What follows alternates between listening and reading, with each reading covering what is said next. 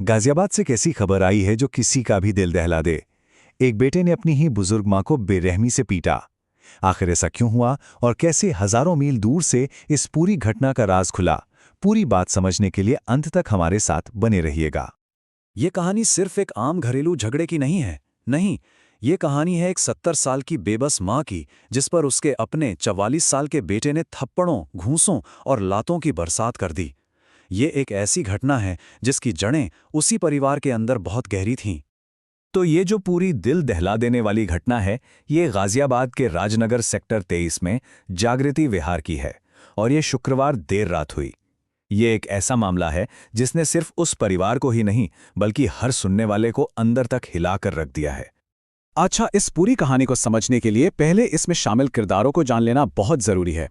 आरोपी बेटा है निराद ठाकुर, उसकी पत्नी का नाम है ममता, उनकी एक बेटी है निशा जो अमेरिका में रहकर पढ़ाई कर रही है, और सबसे अहम 70 साल की मां जो इस पूरी हिंसा का शिकार बनी।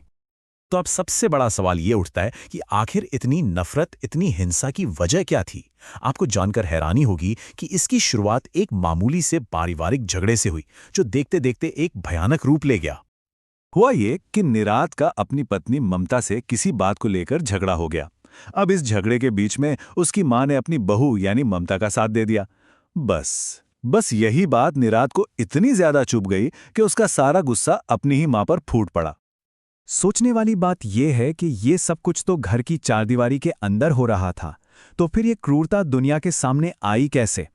इसका जवाब सच कहूं तो इस कहानी का सबसे चौंकाने वाला हिस्सा है।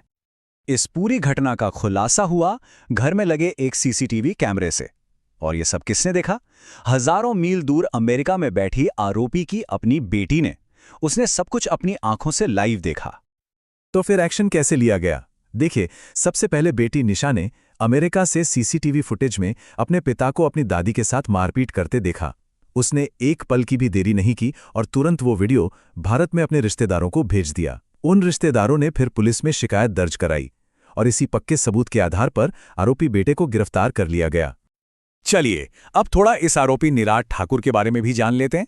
क्या यह पहली बार था कि उसने ऐसा कुछ किया, या फिर उसका पहले से ही हिंसा से कोई नाता रहा है?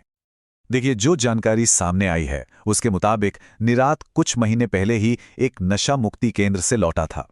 वो अपनी पत्नी ममता के साथ भी अक्सर मारपीट करता था। सच तो ये है कि परिवार वालों से मारपीट करना उसकी पुरानी आदत में शुमार था और पहले भी उसके खिलाफ पुलिस में शिकायतें हो चुकी थीं। तो जब बेटी ने शिकायत की, वीडियो सबूत भी मिल गया, तो उसके बाद पुलिस ने क्या कदम उठाए? चलिए देखते हैं कि कानून ने इस मामले में कैसे अपना काम किया। पुलिस ने इस मामले में बिल्कुल भी देरी नहीं की।